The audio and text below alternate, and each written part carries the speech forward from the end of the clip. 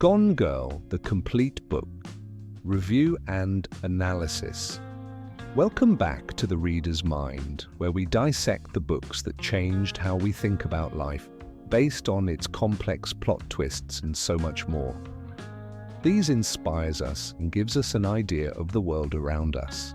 I'm your host, and today we're dissecting the psychological thriller that made everyone question their own relationships, about trust and honest, Gillian Flynn's Gone Girl.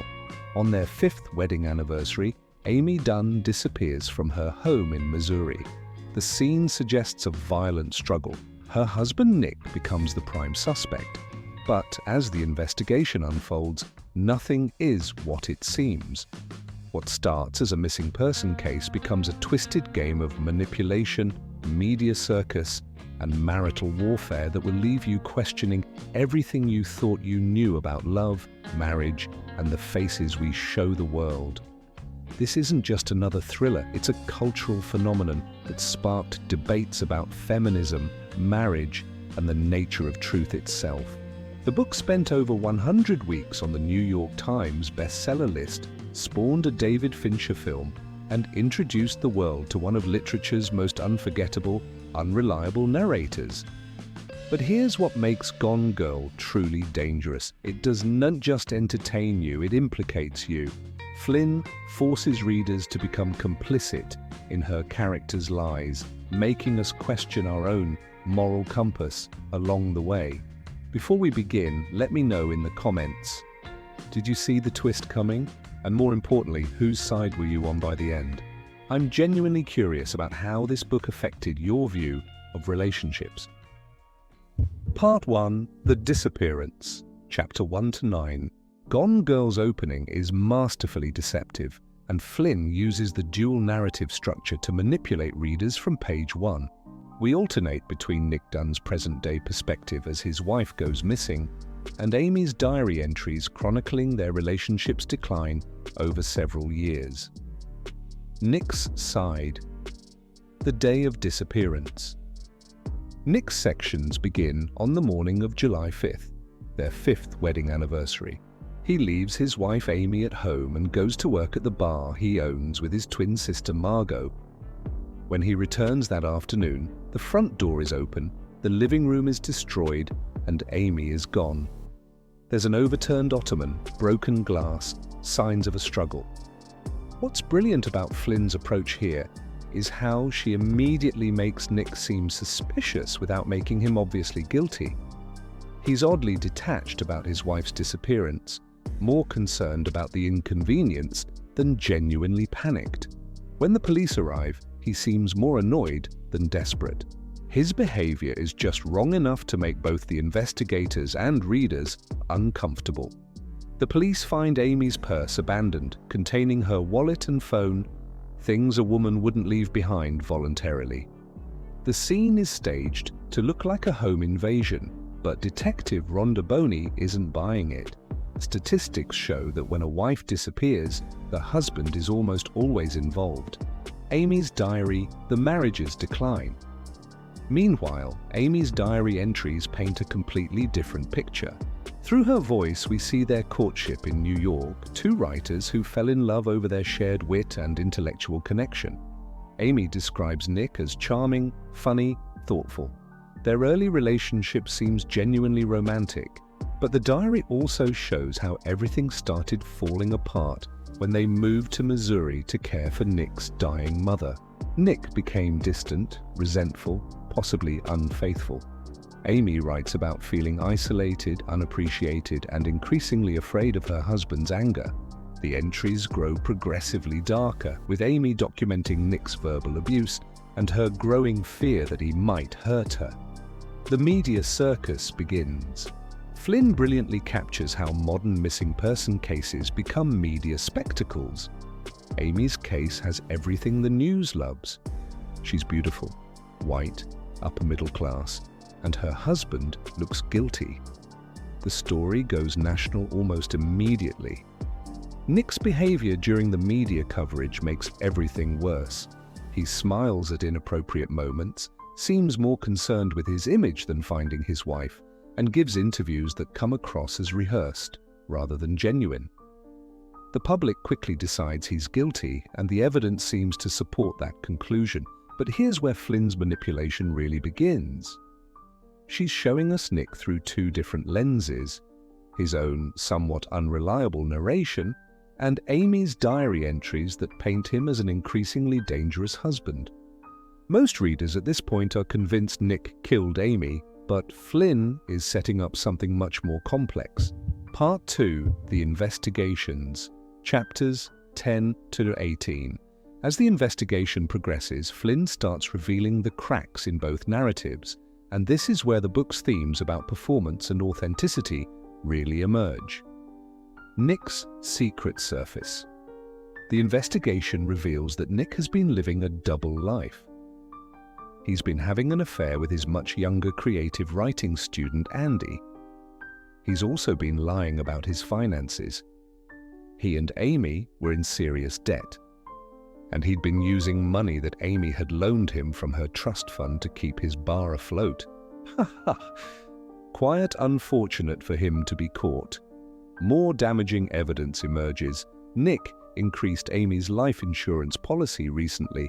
He disposed of Amy's purse and phone. His alibi for the morning of her disappearance doesn't check out. Every revelation makes him look more guilty, and his continued strange behavior during interviews only reinforces public perception that he's a psychopathic murderer. But Flynn does something interesting here. She makes Nick more sympathetic, even as he looks more guilty.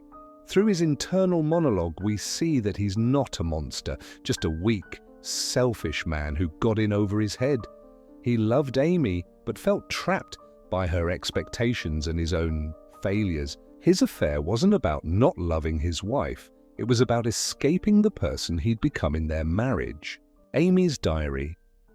The fear escalates.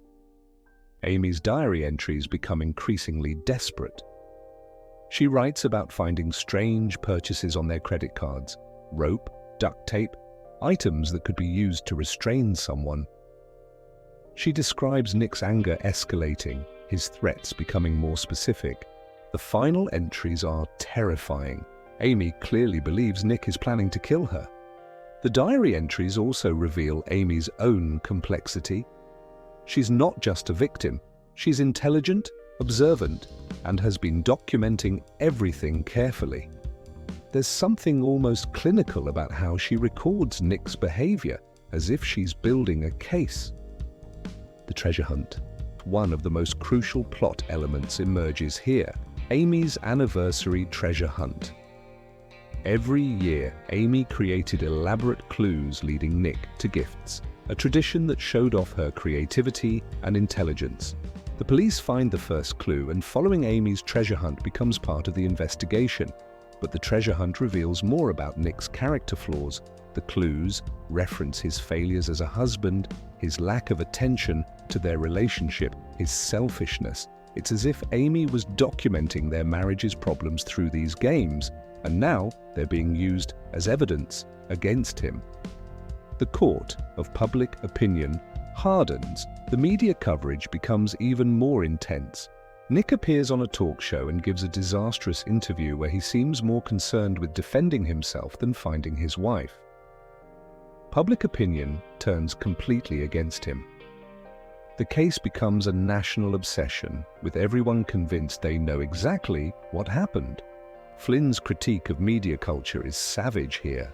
She shows how the 24-hour news cycle turns tragedy into entertainment, how social media amplifies speculation and conspiracy theories, and how public opinion can be manipulated by appearance rather than facts. The search for Amy becomes secondary to the narrative about Nick's guilt. Part 3. The Truth Revealed. Chapters 19-25. This is where Flynn drops her bombshell and completely upends everything readers thought they knew. Part 3 reveals that Amy is alive, and everything we've believed about this case has been a carefully orchestrated lie. Amy's true story. Amy has been hiding in a cabin in the Ozarks, and through her real voice, not the diary, we learn the horrifying truth. She staged her own disappearance to frame Nick for her murder. Every piece of evidence, every diary entry, every clue in the treasure hunt was carefully planted to make Nick look guilty. The diary we've been reading, completely fabricated. Amy wrote fictional entries spanning several years, creating a narrative of an abusive marriage that never existed. She staged the crime scene in their home, planted evidence of financial misbehavior, even used her own blood to suggest violence. She's been planning this for over a year. But here's what makes Amy truly terrifying. Her motivation is unjust revenge for Nick's affair. She's punishing him for not being the man she wanted him to be. When they moved to Missouri, Nick became ordinary, lazy, content with mediocrity. Amy had fallen in love with a performance of who Nick could be, and when he stopped performing, she decided to destroy him. The Cool Girl Monologue. Flynn gives Amy one of the most memorable speeches in modern literature. The Cool Girl Monologue. Amy explains how she spent years being the cool girl, the woman who loves everything her boyfriend loves, who's sexy but not threatening, who's fun but not demanding. She realizes that cool girl is a myth designed to make women complicit in their own diminishment. This monologue is brilliant because it indicts both Amy and the culture that created her. Amy's rage is understandable even if her actions are unforgivable. She's been performing a version of herself for so long that she's lost track of who she really is, and her revenge against Nick is also revenge against a culture that demands women be perfect while accepting mediocrity from men. Amy's plan unravels, but Amy isn't as smart as she thinks she is. Her plan starts falling apart when she's robbed by her neighbors at the cabin and loses most of her money. Desperate, she reaches out to Desi Collins, an ex-boyfriend who's been obsessed with her for years. Desi takes Amy to his lake house, ostensibly to help her, but he quickly becomes controlling and possessive. Amy realizes she's traded one trap for another. Desi wants to keep her as his perfect, protected prize, and Amy finds herself imprisoned by another man's fantasy of who she should be. The final manipulation. Amy's solution is characteristically ruthless. She seduces Desi, then murders him during sex, staging it to look like she was his kidnapped victim who fought back in self-defense. She returns home, covered in Desi's blood, claiming she was abducted and raped but managed to escape. The public immediately believes her story. Amy is transformed from missing person to survivor, and Nick goes from suspected killer to relieved husband. But Nick knows the truth, and Amy knows he knows. Their reunion is terrifying because it's built on mutual knowledge of each other's capacity for destruction. The ending and themes. The book's ending is deliberately unsatisfying in the best possible way. Amy and Nick stay together, but their marriage becomes a mutual hostage situation. Neither can leave because they know too much about the other, and both are trapped by the public narrative they've created. Personally, I feel too many marriages or relationships of that sort are happening, which strikes a chord: the performance of marriage. Flynn's central theme is how much of marriage is performance. Both Amy and Nick have been playing roles throughout their relationship. She was the cool girl, he was the charming writer. When they stopped performing these roles, the marriage collapsed, but instead of ending it honestly, they escalated to mutual destruction.